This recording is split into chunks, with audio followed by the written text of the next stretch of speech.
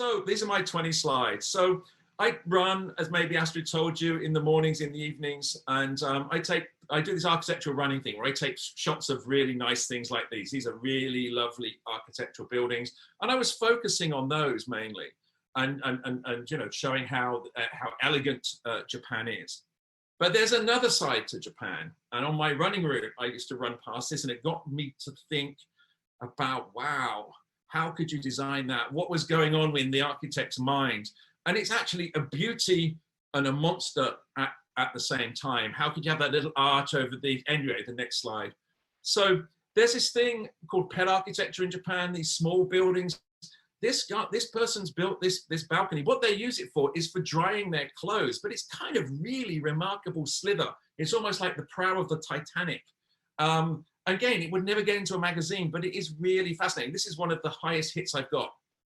And then you get this in Japan. It's not all Tadao Ando and Toyo Ito.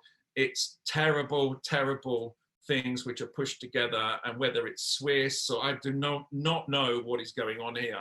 But this gets built, and I think we wanted to sort of draw, anyway, next slide. So yeah, color is kind of allowed in Japan. We have kind of lax planning regulations. It doesn't matter what a building looks like, as long as it meets the fire codes and the shadow codes, anything kind of goes. And we have these really interesting colors and paint jobs here. And the colors get stronger and stronger. They actually match Astrid's background there. It's quite clever that. I didn't realize I'd done that. But wow, I'd like a turquoise house, the client said to the architect, or I'd like a purple house, purple rain. This is the Prince house.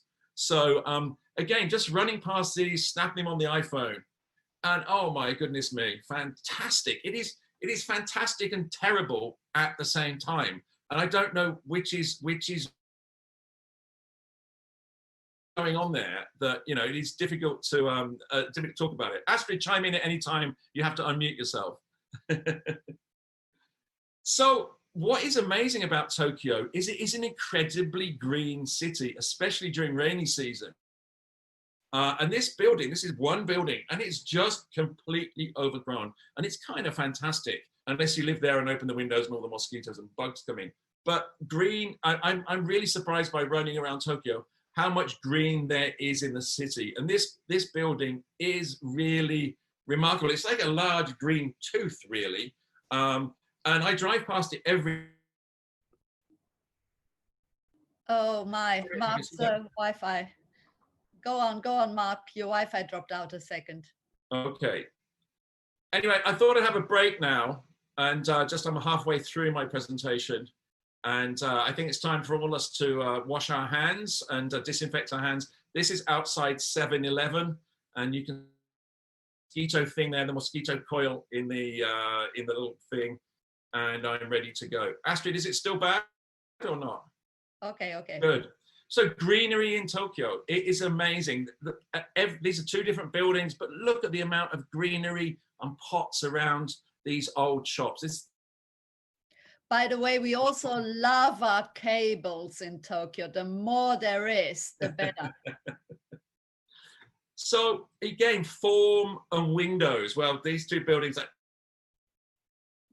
see the windows, but the form is kind of interesting, and they've squeezed it in because of the light regulations. I'm not quite sure. As James Gowan, our tutor in the Royal College of Art, was said for the project on the left, it's like teaching a dog to sing because it's so messy. And then we have all these buildings which are like twins. What happens is when somebody in the family dies and you have to sell a piece of land, 50% of that goes for tax, and you have to pay the tax money. So people split their sites, they build a house themselves, and they sell the other house, and you get these twin houses. Talking about right of light, oh my goodness, they've really sorted this one out, and they've managed to get the roof going in, and in an area where you could normally build only a 3-story building, they managed to squeeze a 5 or 6-story building in there, and a fantastic spiral staircase that runs all the way through. Astrid was talking about cables earlier. I love the shadows the cables make on this building, and I think it really needs a time lapse going around the building or watching this as the sun moves around the building, and all these amazing graphics that are the shadows on the building. Really amazing. And then you get this kind of Disneyland architecture in Tokyo too. I think somehow these celebrated architect. Why don't you go, Astrid, if my sound is choppy? I think especially on the one on the right, where you can see all the gas meter and all the vents. I think they make for beautiful additions. And here's the Spanish city. What is going on here with that kind of, Spanish Mexican look? I'm not quite sure, but it's very prevalent in Tokyo, And you have a purple car, a maroon car as well.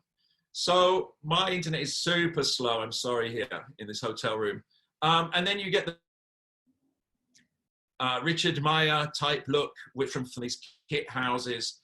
And they're kind of fantastic. And as I say, not so fantastic at the same time, but I kind of love them for their naivety in a way.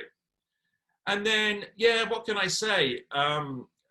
Just bizarre things happen, there's that song, Who Knows Where Sid Barrett Lives? Well, Sid Barrett lives in either one of these two houses, I think, this little house on the right, the blue house with the window, really, really interesting.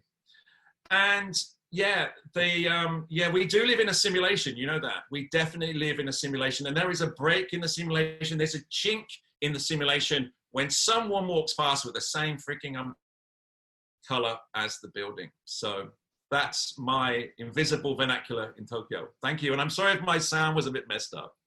Great. Thank you.